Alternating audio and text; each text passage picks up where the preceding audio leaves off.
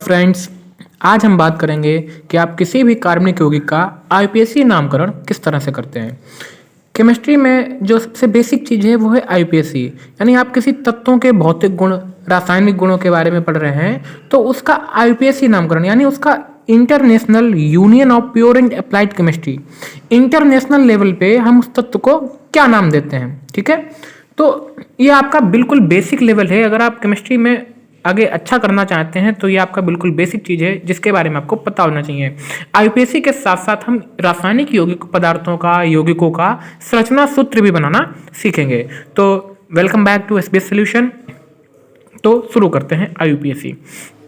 IUPAC में आपको कुछ समूह दिए होते हैं, पूर्वलग्न होता है, अनुलग्न होता है और उनके सामान्य सूत्र को आप किस तरह से लिख सकते हो। ठीक है, इसको समझने से पहले हम जानते हैं कुछ इंपॉर्टेंट फैक्ट्स। जैसे आपको सबसे पहले कार्बन श्रृंखला दी गई होती है कि आप 1 कार्बन होगा उसको मेथ कहेंगे, 2 कार्बन होगा एथ कहेंगे, 3 कार्बन को प्रोप कहेंगे, 4 carbon but, 5 pent, 6 hex, 7 hept, 8 oct, 9 non और 10 dec. Meth, eth, prop, but, pent, hex, hept, अक्टूबर, नवंबर, दिसंबर, इस तरह से आप याद कर सकते हैं। और दो चीज, अगर कोई एक चीज 2 बार आती है उसको डाई, 3 बार आ जाती है उसको ट्राई और 4 बार आए तो उसको टेट्रा कहते हैं। अब वापस आते हैं समूह पर कि क्या समूह होता है और क्या आप किस समूह को किस नाम से लिखते हो और कैसे आप उस समूह को पहचानते हो। एल्केन,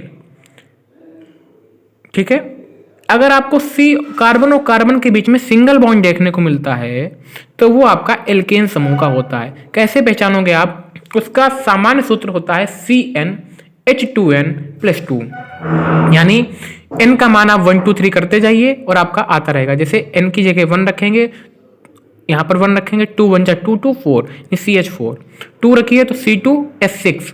इस तरह से आपके एल्केन समूह के आते रहेंगे। ठीक है, 1 कार्बन होगा तो मेथेन, 2 कार्बन होगा एथेन। दूसरा समूह आपका आता है एल्कीन, यानी जब कार्बन और कार्बन के बीच में आपको डबल बॉन्ड देखने को मिलता है तो वहां पे आपका एल्कीन समूह होता है। इसको आप इन लगाते हो, जैसे methene, ethene, propene, butene, pentene. Third आपका आता है एल्काइन, यानी आपको कार्बन और कार्बन के बीच में ट्रिपल बॉन्ड मिल जाए तो आप उसको आयन समूह बोलते हैं।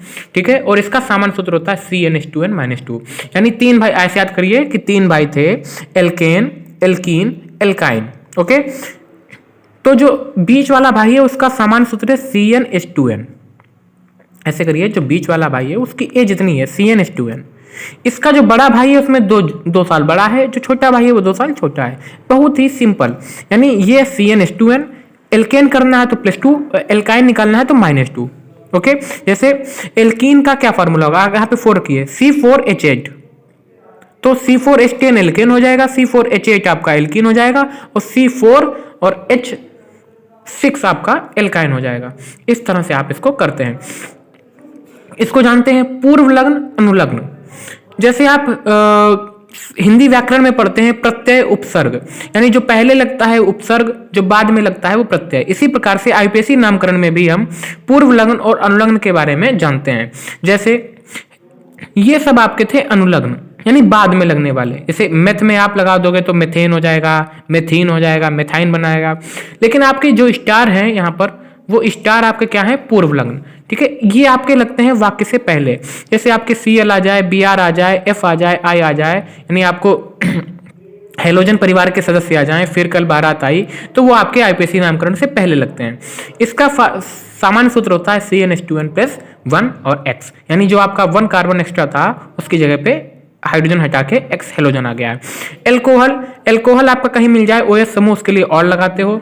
कीटोन के लिए आप CO कहीं पे लिखा मिल जाए उसके लिए ओन लगाते हो, यानी मेथेनॉन है ना, मेथेन 2 ओन, मेथनल। एल्डिहाइड समूह हो जाता है, आप वहाँ पे अल लगाते हो। कार्बोक्सिलिक समूह आता है, वहाँ पे आप ओइक एसिड लगाते हो, ओइकम लगाते हो। और ये आपके एल्किल समूह भी होते हैं, मेथिल, एथिल, प्रोपिल। आप इसमें प्रैक्टिस के साथ साथ जानेंगे। तो बिना समय गवाए डायरेक्ट एग्जाम्पल्स के आते हैं, एग्जाम्पल्स के थ्रू समझते हैं कि आईयूपीएसी नामकरण किस तरह से आप बहुत ही आसानी से याद कर सकते हो। प्रैक्टिस से इसको सीखते हैं। तो चलते हैं आगे। संरचना सूत्र बनाने से पहले आपको वैलेंसी के बारे में जानकारी होना बहुत जरूरी है, तो इसको भी देखते हुए चलते हैं, फिर आपके हम प्रैक्टिस एक्सरसाइज जो आपके जो एग्जाम्पल्स है उनको करेंगे। वैलेंसी क्या होता है? संयोजकता। जैसे संयोजकता का मतलब होता है संयोजन करने की क्षमता, यानी कोई भी तत्व संयोजन करने की क्षमता, यानी किसी तत्व में दूसरे तत्व के साथ संयोजन करने की कितनी क्षमता है। आप वैलेंसी का आप एज ए हैंड यूज कर सकते हो। जैसे आपके हाथ होते हैं, यानी आपके दो हाथ हैं, तो आप अपने दोनों हाथों से कोई दो चीजें उठा सकते हो, यानी आपकी क्षमता कितनी है? दो चीजों को उठाने की। इसी प्रकार से हाइड्रोजन का होता है एक हाथ, हाइड्रोजन की वैलेंसी 1। ऑक्सीजन की वैलेंसी होती है 2। नाइट्रोजन की वैलेंसी होती है 3, यानी नाइट्रोजन में कोई भी 3 यौगिक आके जुड़ सकते हैं। कार्बन की वैलेंसी होती है 4, यानी कार्बन में कोई 4 तत्व आके आपस में जुड़ सकते हैं। ठीक है, हाइड्रोजन 1, ऑक्सीजन 2, नाइट्रोजन 3, कार्बन 4। ऐसे याद कर सकते हैं आप हांगकांग, HONCONG, यानी हांगकांग 1 2 3 4। फिर आपका Cl की भी वैलेंसी 1 होती है, जो हम एग्जाम्पल्स के साथ साथ करते जाएंगे। यानी हाइड्रोजन 1, ऑक्सीजन 2, नाइट्रोजन 3, कार्बन 4, यानी 4 पाई के पावे 4, कार्बन की संयोजकता 4। इस तरह से आप रिलेट करके याद कर सकते हो, है ना। भगवान के आगे माथा टेक, हाइड्रोजन की संयोजकता 1, हम दो हमारे दो, ऑक्सीजन की संयोजकता 2, और भैंस के आगे बजाओ बिन, नाइट्रोजन की संयोजकता 3। यानी आप किसी भी तरह से रिलेट करके याद करने की कोशिश करिए, यानी नेचुरल वे में किस तरह से हम आसानी से याद कर सकते हैं। अब डायरेक्ट आते हैं एग्जाम्पल्स पे बिना समय गवाए। तो अब शुरू करते हैं एग्जाम्पल्स के साथ। जैसे आपको एग्जाम में दिया हो CH4 और आपसे कहा जाए इसका IUPAC नाम लिखिए, तो पहले आप इसको चेक करेंगे कि ये किस श्रेणी का है। एल्केन का है, एल्कीन का है, एल्काइन का है। जैसे हमने आपको बताया कि अगर आपका तत्व सिंगल बॉन्ड में है तो एल्केन में है, डबल बॉन्ड है तो एल्कीन में है, और ट्रिपल बॉन्ड है तो एल्काइन में है। ठीक है, तो किस तरह से आप जानोगे? आप चेक करोगे नंबर ऑफ कार्बन्स 1, और आप फार्मूला क्या याद रखेंगे? CnH2n + 2। नंबर ऑफ कार्बन्स 1 यहाँ रखेंगे, 1 2 जा 2, 2 2 4, यानी आप कंफर्म होगा कि आपका एल्केन श्रेणी का है। अदरवाइज आप किस तरह से याद कर सकते हो? कार्बन 1 है तो कार्बन आप 1 कर दीजिए। ठीक है, कार्बन की वैलेंसी हमने आपको कितनी बताई थी? 4, तो इसके चारों हाथ हैं, और चारों हाइड्रोजन की वैलेंसी 1, यानी बस चारों तरफ क्या लगा दीजिए? हाइड्रोजन। यानी कार्बन के आसपास सिंगल बॉन्ड है, एक कार्बन को आप क्या बोलोगे? मेथ। सिंगल बॉन्ड को एन, तो मेथ प्लस एन आपका क्या हो गया?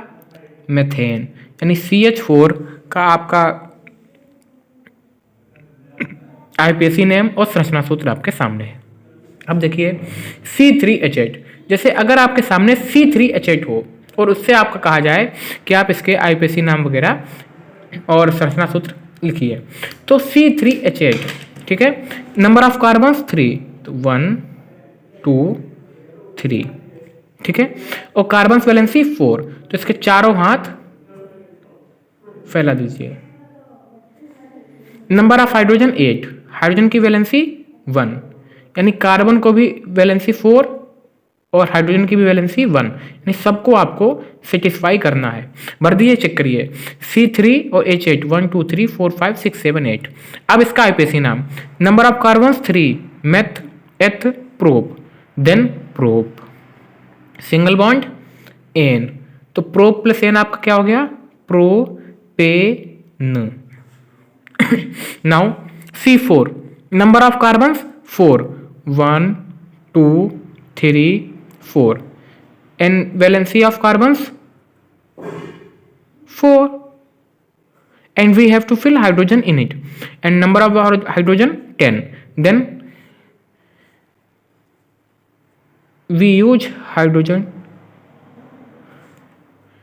to fill the valencies of carbon. Number of carbons, method pro but single bond n, then it is equal to butane. यानी इस तरह से आप कर सकते हैं। अभी हम आपको एल्कीन वाला भी और एल्काइन वाला भी किस तरह से आप बहुत ही आसानी से जान सकते हो, वो भी अभी हम देखेंगे। आपका नेक्स्ट आता है C2H6, number of carbons 2, then write here 1 2. okay, number of hydrogens 6. तो देखिए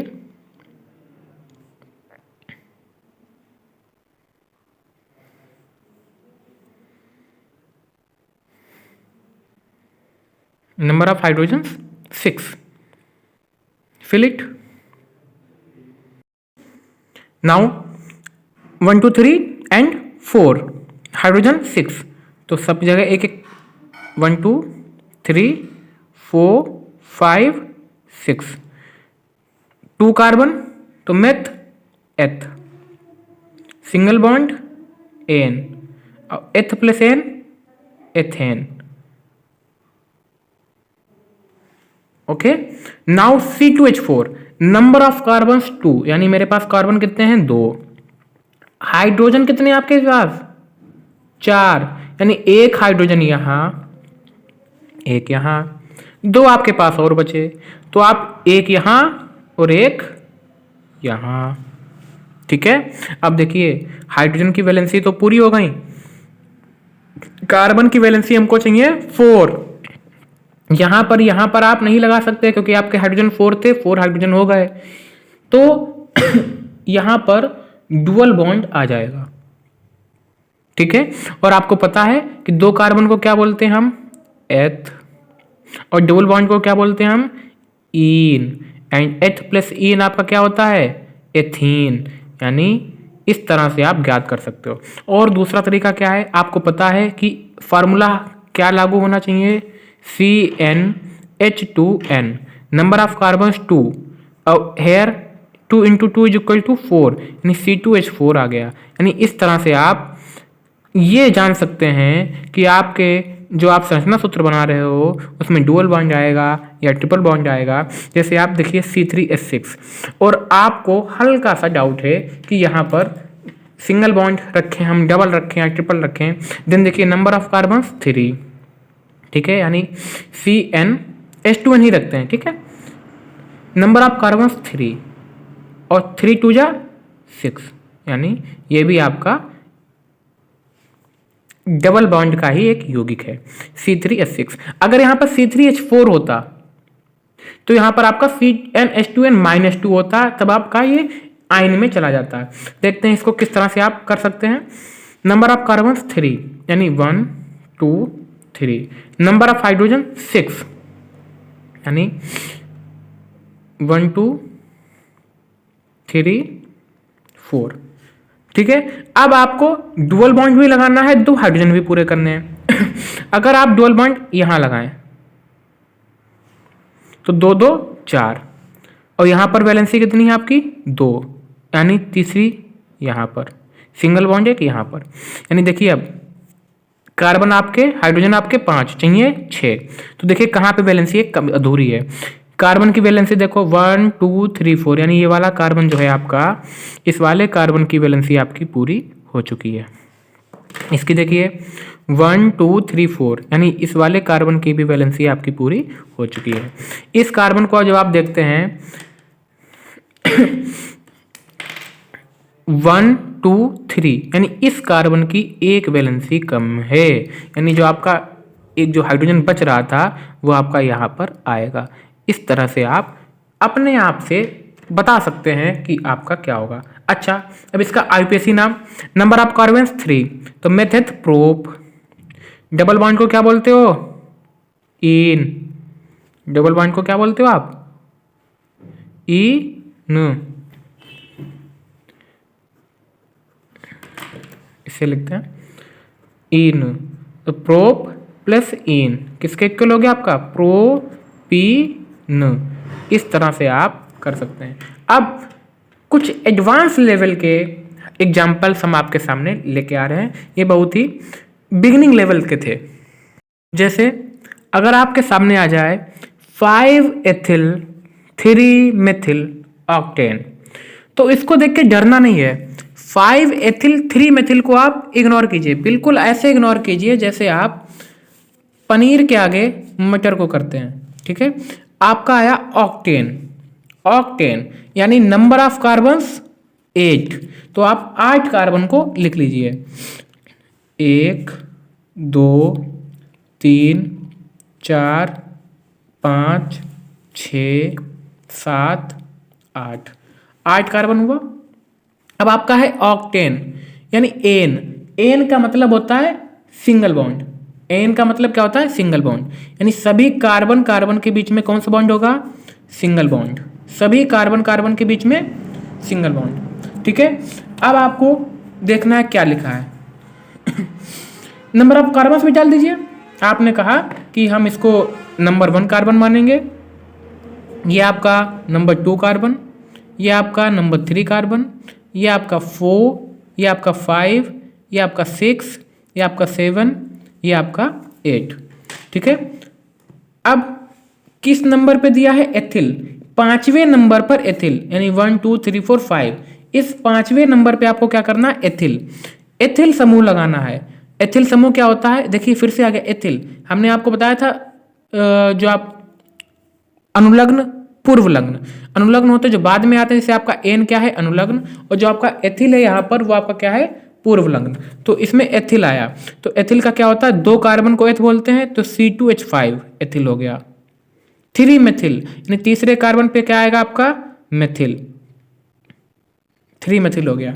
अब आपको करने हैं पूरे आपके वैलेंसी पूरी करनी, यानी इस कार्बन की 4 वैलेंसी पूरी करनी है, 1 है तो 4 कर दीजिए, H H H, इसमें 2 हैं तो 2 कर दीजिए, H H, इसमें 3 है तो 1 की कमी है उसको पूरा कर दीजिए, इसमें भी 2 हैं तो 2 की कमी है 2 पूरा कर दीजिए। हाइड्रोजन का काम होता है वैलेंसी को भरना, जहां पर जितनी कमी दिखे वहां पर आप उतने हाइड्रोजन ऐड कर दीजिए। यहाँ पे 3 की कमी है, हमने 3 हाइड्रोजन ऐड कर दिए।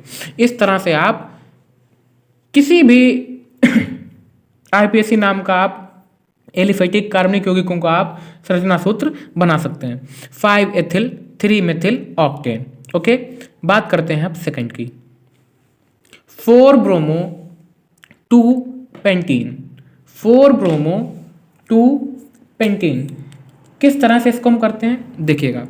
हमने फिर से बोलिए कि आप पेंटीन के अलावा सब भूल जाइए, 4 ब्रोमो इग्नोर कीजिए, पेंटीन यानी पेंट, 5 कार्बन को क्या बोलते हैं पेंट, तो आप 5 कार्बन यहाँ पे खींच लीजिए, लिख लीजिए 1 2 3 4 5। ठीक है, 5 कार्बन हो गए। अब देखिए 2 लगा है, यानी जो आपका ईन है वो दूसरे कार्बन पे आएगा, तो आप काउंटिंग कर दीजिए, चाहे इधर से करिए चाहे इधर से करिए। चलिए इधर से करके देखते हैं, कार्बन को काउंट करना, 1 2 3 4 5, हमने उधर से कार्बन को काउंट किया। अब देखिए ईन किस नंबर पे है, दूसरे, तो पहले और दूसरे यानी दूसरे और तीसरे के बीच में क्या लग जाएगा आपका डबल बॉन्ड, क्योंकि हम डबल बॉन्ड को क्या करते हैं ईन, अगर आइन होता तो ट्रिपल बॉन्ड। ठीक है, यानी ये दो बता रहा है कि दूसरे कार्बन पे आपको डबल बॉन्ड लगाना है। अगर 4 पेंटीन होता तो हम चौथे पे लगाते आगे, अगर हम इधर से काउंटिंग कर रहे होते तो यहाँ पे लगता आगे। ठीक है, अब क्या कह रहा है, 4 ब्रोमो यानी आपको Br चौथे नंबर पे लगाना है, यानी 4 नंबर पे आपने यहाँ पर चौथे कार्बन पे आपने क्या लगा दिया, तो 4 ब्रोमो आपका हो गया यहाँ पर। अब आपको कार्बन की वैलेंसीज पूरी करनी है। ठीक है, single bond single bond single bond, दूसरे पे इन था तो आपने दूसरे पे डबल बॉन्ड लगा दिया। अब आपको बाकी कार्बन की ही वैलेंसी पूरी करनी है। अब आप बची जगह पे हाइड्रोजन फिल कर सकते हैं। इसमें आपको 3 हाइड्रोजन की जरूरत है, 3 यहाँ पे कर दीजिए। इसमें आपको 3 था, 1 की जरूरत है, इसमें 2 1 3 है, 1 की जरूरत है, इसमें भी 2 1 3 है, इसमें भी 1 की जरूरत है, और इसमें भी आपको 3 हाइड्रोजन की यहाँ पे जरूरत है। ये आपका 4 ब्रोमो 2 पेंटीन आपका बनके तैयार हो गया है। बात करते हैं नेक्स्ट, तो वो है आपका 4 क्लोरो 2 पेंटाइन, 4 क्लोरो 2 पेंटाइन। अब इसको कैसे करते हैं देखिए, पूरा इग्नोर कर दीजिए, आपको फोकस करना है 2 पेंटाइन पर। कितने कार्बन है, पेंट यानी 5, तो नंबर ऑफ कार्बन 5, 1 2 3 4 5। अब देखिए पेंटाइन काउंटिंग कर ले। ठीक है, चलिए इधर से करा के दिखाते हैं आपको, 1 2 3 4 5। आइन जहां पर आयन होता है वहां पर हमारा ट्रिपल बॉन्ड लगता है। दूसरे पर आयन है यानी दूसरे कार्बन पर आयन है तो यहां पर कौन सा बॉन्ड हो जाएगा, ट्रिपल बॉन्ड। ठीक है, बाकी कार्बन्स में आपका सिंगल बॉन्ड और सिंगल बॉन्ड। ठीक है, अब आप जब देखते हैं तो चौथे कार्बन पर है इसमें क्लोरो, यानी चौथा कार्बन यहां पर है, इसमें आपका क्या लग जाएगा, क्लोरो, है ना, क्लोरो।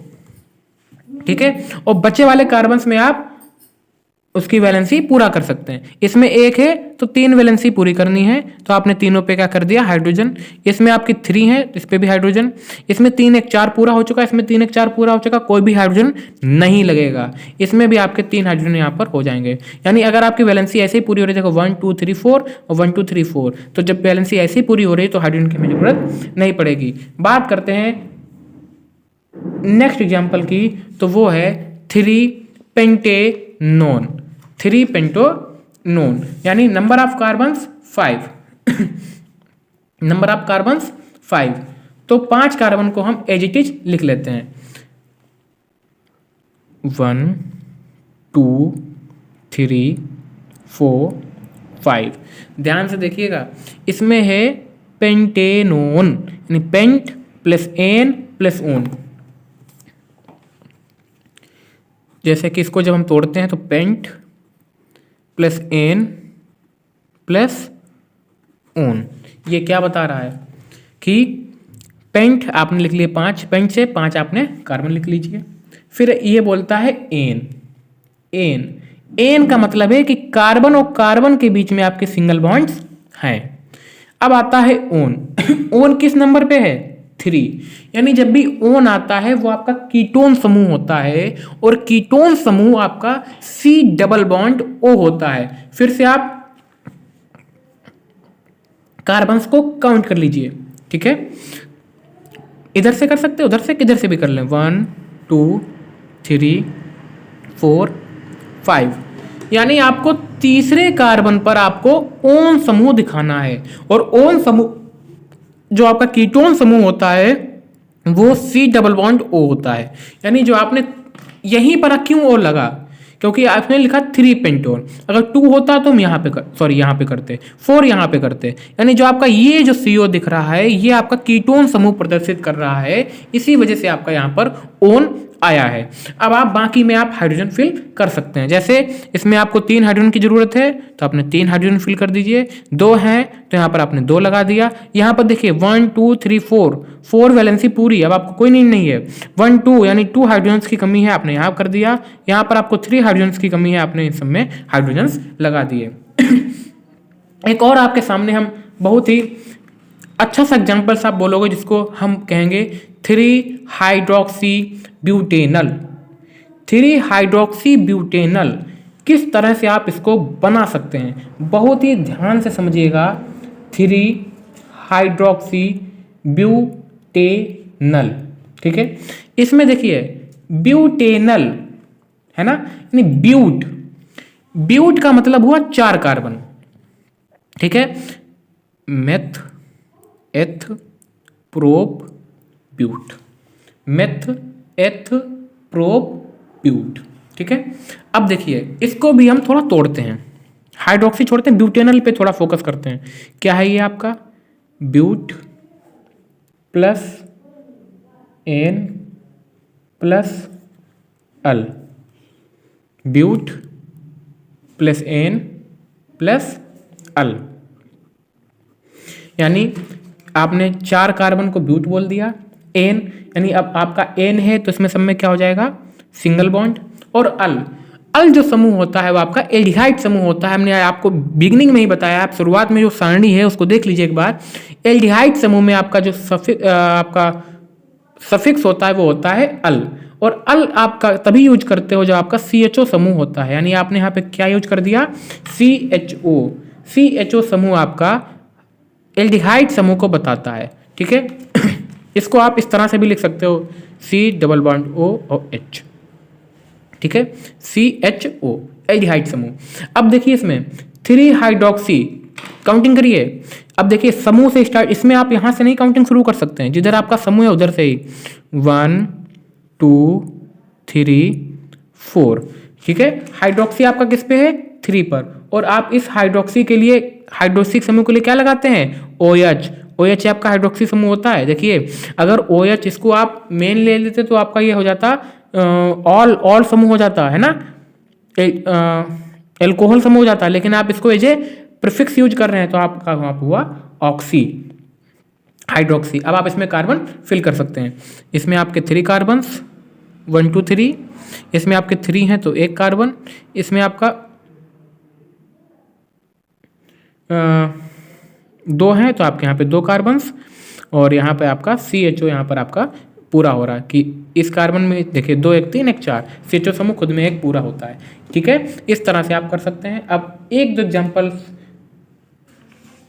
आप बताइएगा किसी अन्य कार्बनिक यौगिकों का तो वो भी आपके साथ लाएंगे, लेकिन ये आपका बैच है 0 से ये वीडियो में आपको 0 से हीरो लेवल तक लेके जाना है, तो कुछ मज़ेदार एग्जाम्पल्स देख सकते हैं। और जैसे अगर आपके सामने आ जाए पेंटेन 2,4 डाईओन, तो आप इसका संरचना सूत्र किस तरह से बनाएंगे, किस तरह से आपके IPSC नाम से संरचना सूत्र बनाएंगे।